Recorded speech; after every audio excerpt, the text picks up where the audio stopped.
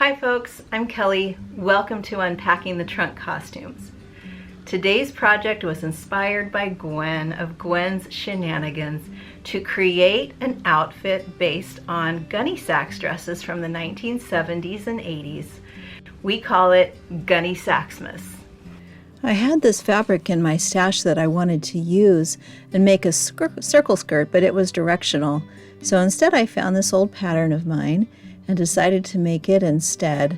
I needed to add a little extra width to the pattern pieces, so I added just a little bit extra to make sure it would fit properly. And I laid the pieces out on my pretty fabric carefully, and I cut them out.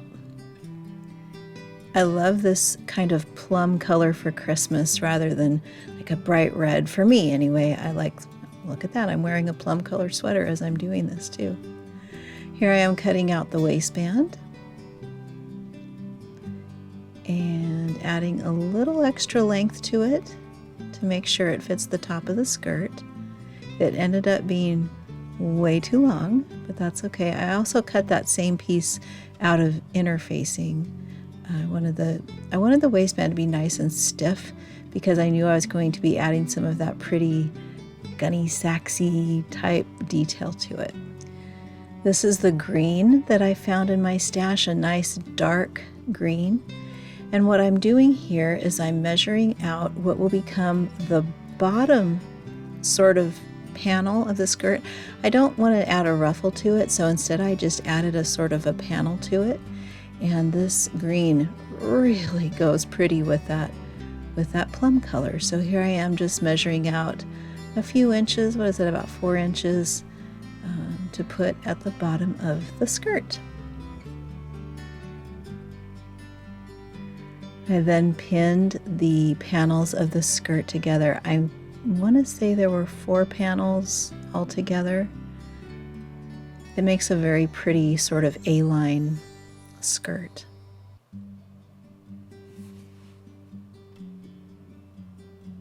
And then I sewed all of the panels together.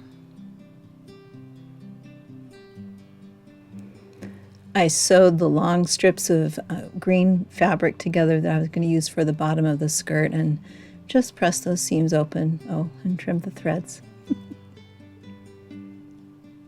So here's the skirt all put together. No hem in it yet.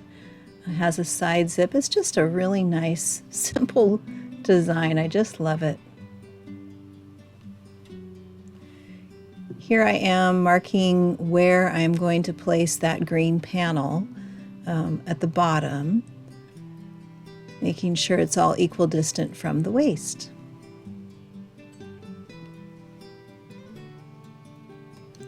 Then it was time to GunneSax it. I have yards and yards of this really nice cotton lace, and it's big enough at the top to sort of weave a ribbon through the top. So I had that thought, but then I was trying to figure out, do I want to put it under the green, on top of the green? Yep, I decided on top of the green was going to be exactly what I wanted.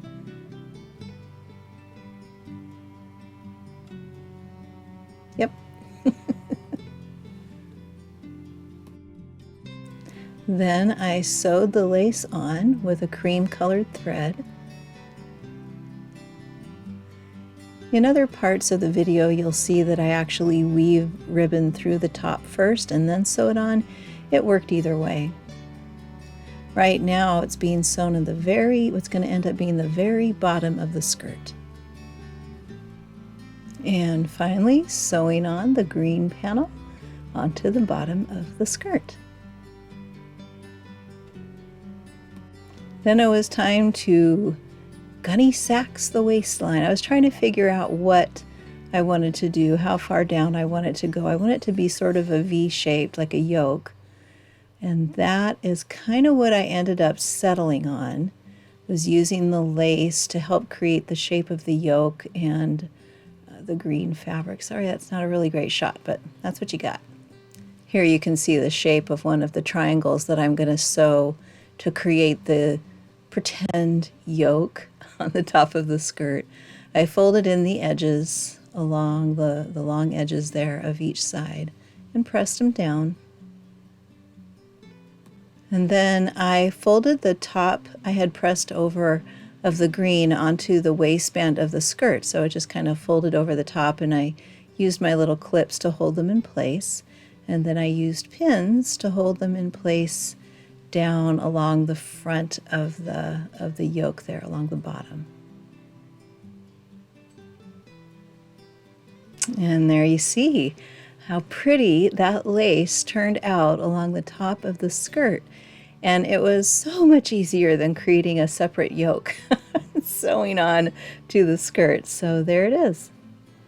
Here's a shot of me weaving the dark green ribbon through the lace along the yoke of the top of the skirt. It was a little fiddly because it kept wanting to twist, but I just kept working with it, and it finally worked itself out. It looks really cute, very GunneSaxy. And other than some final touches, the skirt was done.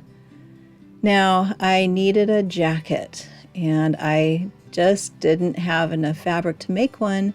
Strangely enough, I found this beautiful berry colored quilted long sleeve little jacket at the Goodwill, and I decided that that would be the perfect accompaniment.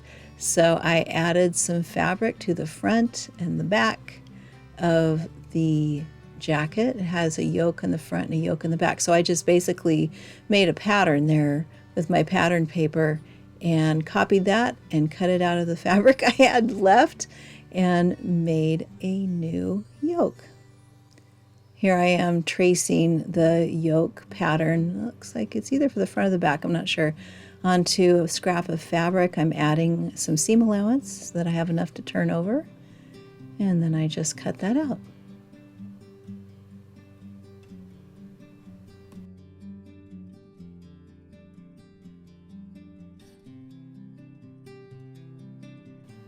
And there's a still shot of the jacket with the front yoke hand stitched on it. Now I spent a lot of time putting ribbon through lace, and I didn't even use up even a quarter of it, I don't think. I think I just lost track.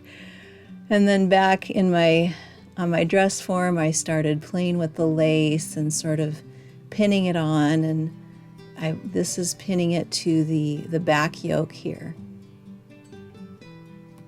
And then I sewed it all on to the top of the jacket.